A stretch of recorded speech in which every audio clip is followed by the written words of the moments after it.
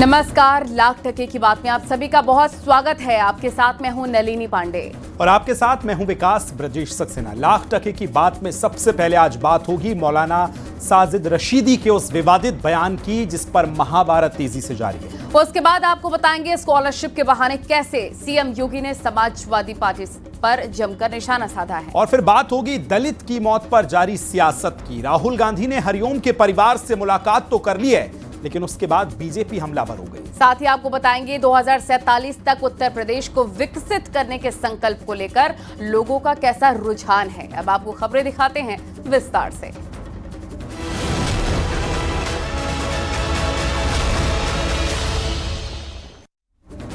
देश में धार्मिक सद्भाव की मिसाल कायम करने की कोशिशों के बीच एक बार फिर विवाद ने तूल पकड़ लिया है। ऑल इंडिया इमाम एसोसिएशन के अध्यक्ष मौलाना साजिद रशीदी ने हिंदू धर्म गुरुओं की तुलना पाकिस्तान के आर्मी चीफ जनरल असीम मुनीर से कर दी है। इतना ही नहीं, मुस्लिमों के लिए दिवाली मनाना इस्लाम के खिलाफ बताते हुए इसे ना मनाने की अपील भी कर दी है मौलाना साहब ने।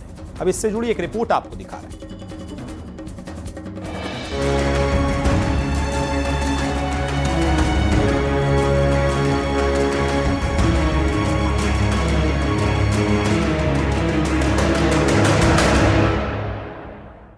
पहलगाम हमले से पहले जनरल आसिम मुनीर ने कहा था कि हिंदू मुसलमान एक साथ नहीं रह सकते।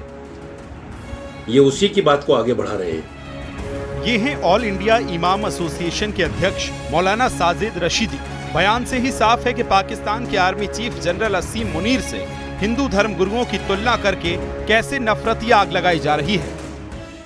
इसीलिए आईएसआई के साथ में जितने लोग पकड़े जाते हैं उनमें 90% हिंदू होते हैं, क्योंकि ये वहीं से सीख लेकर हिंदू मुसलमान नफरत को आगे बढ़ा रहे हैं। इतना ही नहीं, धार्मिक समरसता को तोड़ने की साजिश भी रची जा रही है। मुस्लिमों से दिवाली का त्योहार नहीं मनाने की अपील की, जबकि हिंदू मुस्लिम एकता इस देश की ताकत है। मौलाना साहब की सोच है कि इससे दूर रहें। जो मंदिरों में या इनके त्योहारों में जो चीजें इस्तेमाल होती हैं, आप अल्लाह के लिए छोड़ दो इन चीजों को। गरबा, रामनवमी, फला फला, इनमें क्यों चाहते हो भाई? फिजिकली किसी हिंदू के त्यौहार में शामिल होना ये इस्लाम की रूह से नाजायज और हराम है। वहीं संतों ने मौलाना रशीदी के बयान की कड़ी निंदा की और इस सोच को विभाजनकारी करार दिया। मौलाना रशीदी यह आतंकवादी विचारधारा का लोग है या नफरती लोग है, नफरत फैलाने का काम करता है, समाज में मतभेद पैदा करने का काम करता है। ऐसे व्यक्ति को चिन्हित करके एनएसए के तरह जो है इस निंदा के तहत मुकदमा पंजीकृत करके जेल भेजना चाहिए। इनकी विचारधारा ओछी विचारधारा है। देखिए, मौलाना साजिद रशीदी विवादित बयान देके सुर्खियों में आना चाहते हैं और इस प्रकार के लोग जो सामाजिक समरसता को भंग करने में लगे हुए हैं, हिंदू मुस्लिम भाईचारे के लिए खतरा बने हुए हैं, ऐसे लोगों के ऊपर प्रशासनिक कार्यवाही करनी चाहिए। और नहीं, वो गलत बोल रहा है, उनके बोलने का तरीका गलत है, वो नफरत पैदा कर रहे हैं। हिंदुस्तान में नफरत राजनीति नहीं होनी चाहिए। हम हिंदू को मानते हैं, मुसलमान मानते हैं, हम सबको सबके स्वीकार करते हैं। हमें अब एक ऐसा हिंदुस्तान चाहिए कि हिंदू के घर मुसलमान के घर गीता, हिंदू के घर कुरान होना चाहिए। ये संभावना हम समझते हैं। ये मौलाना रशीदी का ये कोई पहला विवादित बयान नहीं है। पहले डिंपल यादव पर भी आपत्तिजनक टिप्पणी की थी। सवाल ये है कि इस बयान से मौलाना साबित क्या करना चाहते हैं। Bureau report, news 18।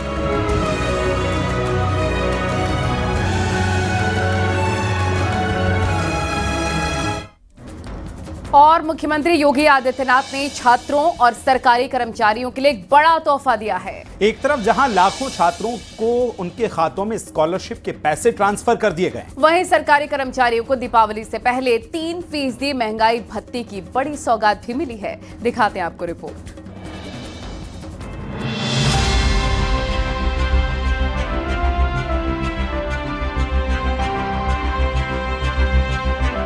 दिवाली के मौके पर सीएम योगी ने छात्रों और कर्मचारियों को ऐसी सौगात दी है जिससे दोनों वर्गों में खुशी है। प्रगति सोनवानी जी। दरअसल सीएम योगी छात्रों के खातों में छात्रवृत्ति के पैसे ट्रांसफर कर दिए हैं। इस दौरान सीएम योगी ने कहा कि 2017 से पहले स्कॉलरशिप हड़प ली जाती थी। पिछले 8 वर्ष में 4,27,00,000 से अधिक छात्र छात्राओं को स्कॉलरशिप की सुविधा का लाभ दिया। बहनों और भाइयों, 2016-17 के पहले यह एक कल्पना थी। 16-17 में तो तत्कालीन सरकार ने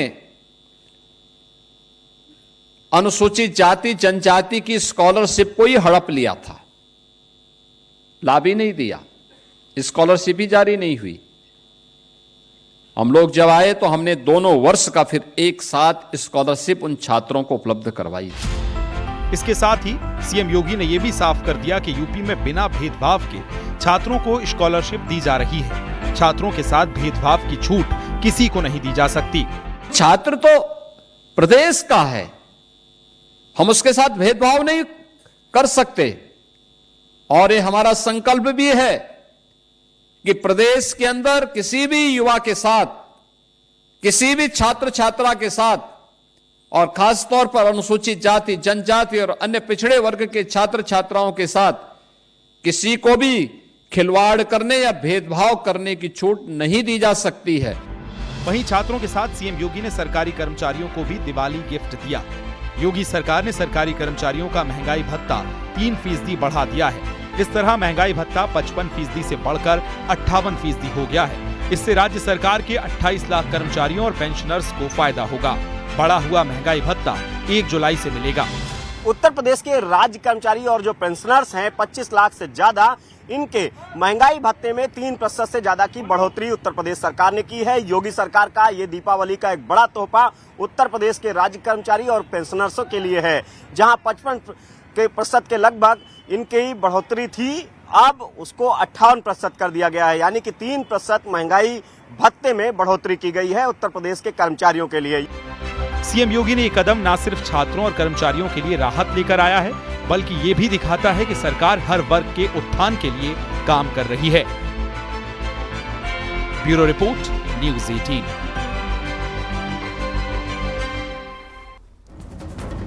चलिए आगे बढ़ेंगे। रायबरेली में दलित हरिओम वाल्मीकि की मौत पर सियासत तेज हो गई है। अब कांग्रेस नेता राहुल गांधी ने फतेहपुर में हरिओम वाल्मीकि के परिजन से जाकर मुलाकात कर ली, जिसके चोरी के शक में 2 अक्टूबर को भीड़ ने पीट कर हत्या कर दी थी। मुलाकात से पहले परिवार ने इनकार किया था, लेकिन बाद में मिले और इसके बाद बीजेपी ने राहुल गांधी को फोटो सेशन करार दिया था। इसी पर आपको रिपोर्ट दिखाते हैं।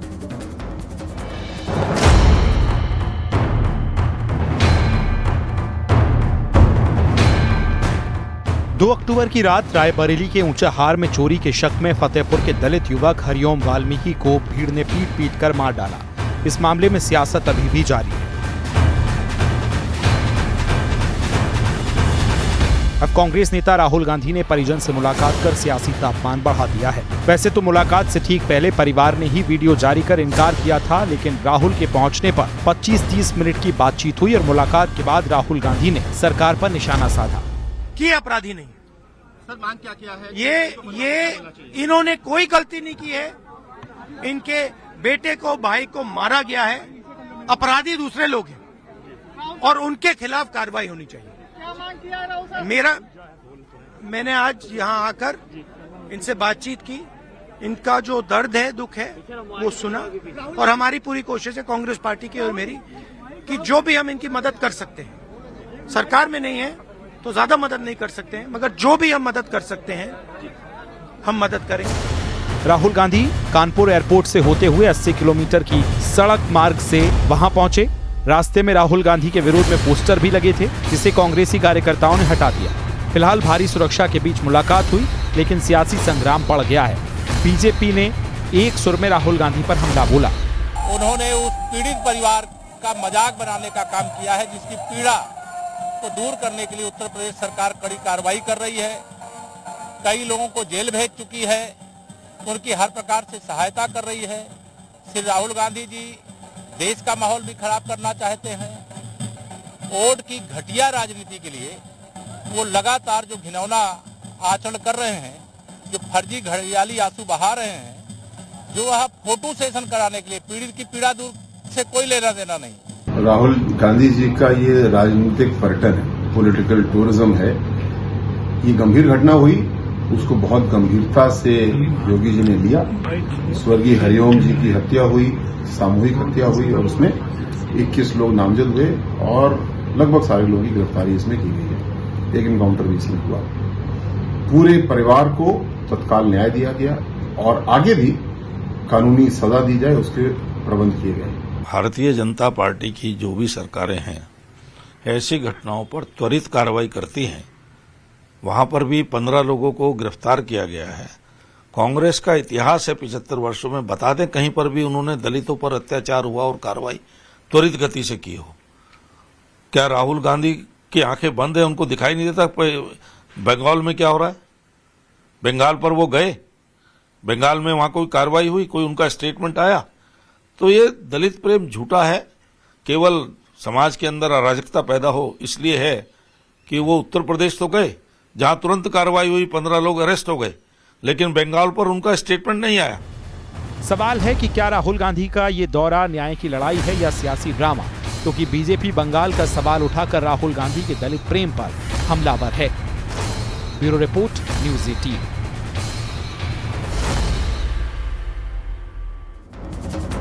और उत्तर प्रदेश को 2047 तक विकसित राज्य बनाने के लिए सीएम योगी के महत्वाकांक्षी अभियान में जनता की अच्छी खासी भागीरथी देखने को मिल रही है। और भागीदारी तो है ही, साथ ही में 75 जिलों में चल रहे जन संवादों से अब 42 लाख से ज्यादा सुझाव भी मिल चुके हैं। ग्रामीण क्षेत्रों में अच्छी खासी भागीदारी वहां से भी मिली है। और इसमें शिक्षा, कृषि और समाज कल्याण पर अनोखे आइडियाज भी शेयर किए जा रहे हैं। इसी पर आपको दिखाते हैं रिपोर्ट। विकसित उत्तर प्रदेश के लिए उनको हम इसी प्रकार के एक बड़े कार्यक्रम में जनपद के अंदर ही सम्मानित करने का काम करेंगे। प्रदेश की 40,000 से ज्यादा ग्राम पंचायतों, नगर निगमों और पंचायतों में लगातार चर्चाओं का दौर जारी है। यूपी को 2047 तक विकसित राज्य बनाने के सीएम योगी के संकल्प के साथ जनता भी खूब जुड़ रही है, जिसमें संभल में सबसे ज्यादा सुझाव आए हैं। उसके बाद जौनपुर, प्रतापगढ़, बिजनौर और गोरखपुर का नंबर है। 31 से 60 साल के लोगों ने 19,70,000 सुझाव दिए, जबकि 60 साल पार वालों ने 2,06,000 सुझाव दिए। आंकड़ों पर गौर करें तो शिक्षा पर 30% सुझाव आए हैं, कृषि पर 25% सुझाव आए, वहीं समाज कल्याण पर 20%, स्वास्थ्य पर 15% और अन्य 10% सुझाव हैं। सुझावों में शिक्षा और कृषि के साथ ही विकास और सामाजिक मजबूती पर भी फोकस रहा है। अब आपको कुछ सुझाव भी बताते हैं। मुख्यमंत्री योगी आदित्यनाथ ने निर्देश दिए थे अफसरों को कि गोष्ठियों के माध्यम से, ग्राम सभाओं से लगाकर पूरे उत्तर प्रदेश में हर जगह पर पहुंचकर जनता की राय को शामिल किया जाए कि वो कैसा 2047 में उत्तर प्रदेश चाहती है। इसी क्रम में जो राय आ रही है उनमें जहां उत्तर प्रदेश को विकसित करने की राय आ रही है अलग अलग क्षेत्रों में, वहीं दूसरी तरफ सामाजिक विसंगतियों को दूर करने की भी अनोखी राय आ रही है। लखीमपुर खीरी के अनुज कुमार ने बहु विवाह पर कानूनी कार्रवाई का सुझाव दिया और कहा कि पिता की 3 शादियां परिवार की जिम्मेदारी मुझ पर, खेती ही आय का स्रोत, ऐसी विसंगति रोकनी चाहिए। पीलीभीत के अंशुल बोले, विधायक पढ़े लिखे हों तो योजनाओं की जानकारी रखें। 200 से ज्यादा लोगों ने यही कहा। शिक्षित और समाज सेवी जनप्रतिनिधि चाहिए। बलरामपुर के डॉक्टर अमित गौतम ने हर जिले में एआई और मशीन लर्निंग की सेंटर की मांग की। फतेहपुर की अंकिता सिंह ने शिक्षा पर सुधार पर जोर देने की बात कही। अभ्युदय कोचिंग में अधिकारी कक्षाएं, स्कूलों में महिला अधिकारियों को संवाद का सुझाव दिया। बांदा के धीरज ने ग्रामीण पशु केंद्र, डेयरी प्रबंधन पर राय दी। अयोध्या से ग्रामीण डिजिटल कनेक्टिविटी और कृषि उद्योग, लखनऊ से सनातन संस्कृति को वैश्विक केंद्र बनाने का सुझाव दिया गया। वाराणसी से नहरें पक्की करने और सूक्ष्म सिंचाई की बात की गई। ये तमाम ऐसे सुझाव हैं जो सीएम योगी के संकल्प का हिस्सा हैं। सुझावों की इस कड़ी में छात्र, किसान, उद्यमी सब जुड़ रहे हैं। बहुत से उपयोगी सुझाव भी हैं। निजी पारिवारिक समस्याएं भी लोगों ने रखी हैं इसमें, तो एक अच्छा कदम सरकार ने उठाया था। और इन सुझावों के जरिए अगर कोई ठोस एक विजन डॉक्यूमेंट बनता है या प्लान बनता है, लक्ष्य निर्धारित किए जाते हैं तो बहुत उपयोगी होंगे। इन तमाम फीडबैक से विजन डॉक्यूमेंट तैयार हो रहा है। ग्रामीण उत्साह विकास की नई ऊर्जा की कहानी लिख रहे हैं। 42 लाख सुझावों से यूपी का भविष्य संवरने वाला है। Bureau report, news 18।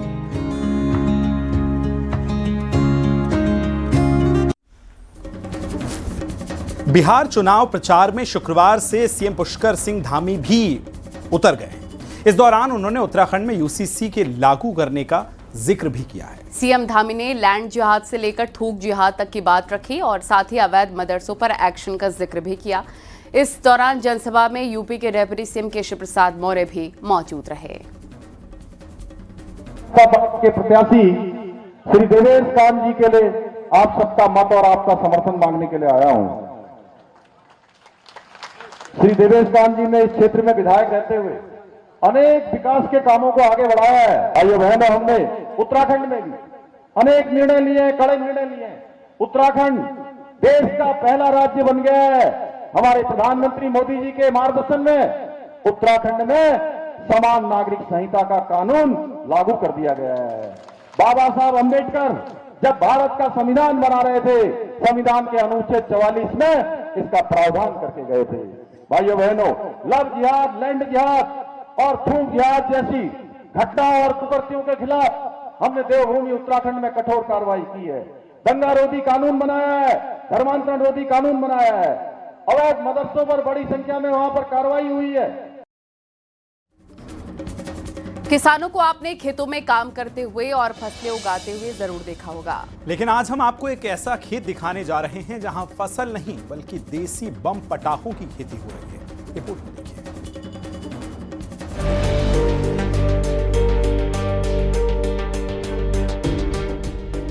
ये है आगरा का नगला खरगा गांव, जहां खेतों में फसल बोने या काटने का काम नहीं चल रहा, बल्कि यहां बम पटाखों की खेप तैयार की जा रही है। इस काम में गांव की महिलाएं भी शामिल रहती हैं।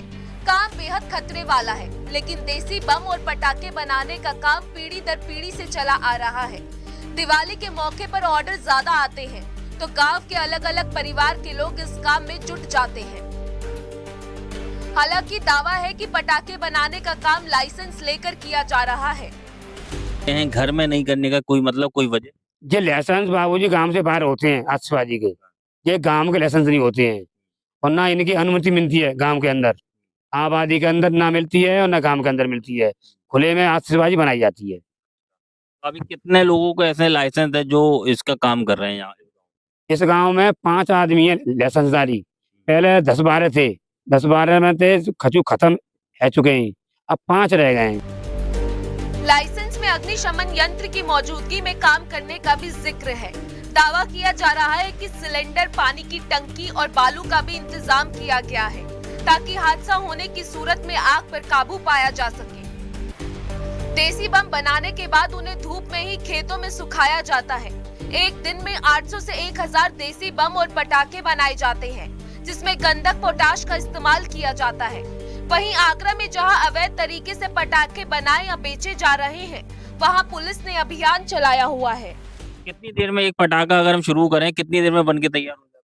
अब एक बनाएंगे तो 100, 200, 500 बनाते हैं तो जी संध्या तक बन ही जाता है। 1000-2000। हाँ। कौन कौन से पटाखे ज्यादा इस बार ट्रेंड में हैं? कौन कौन सी डिमांड ज्यादा आ रही है पटाखों? ये डट्टे के बारे पर डिमांड तो आदमी चाहे कहीं धर के बैठ जाता है, डिमांड होते हैं। पर डट्टे के बारे हैं, मिर्ची है, छोटे बच्चन के, और सबसे ज्यादा आ रही है डिमांड आ रही है अनार। हालांकि पटाखे बनाने के दौरान पहले भी कई हादसे हो चुके हैं, जिसमें कई लोगों ने जान भी गंवाई है। लेकिन आगरा में खेतों में पटाखे बनाने का काम चला आ रहा है। क्या आगे इस पर रोक भी लग सकती है, ये देखने वाली बात होगी। आगरा से कामिल कुरैशी के साथ bureau report, news 18 UP Uttarakhand.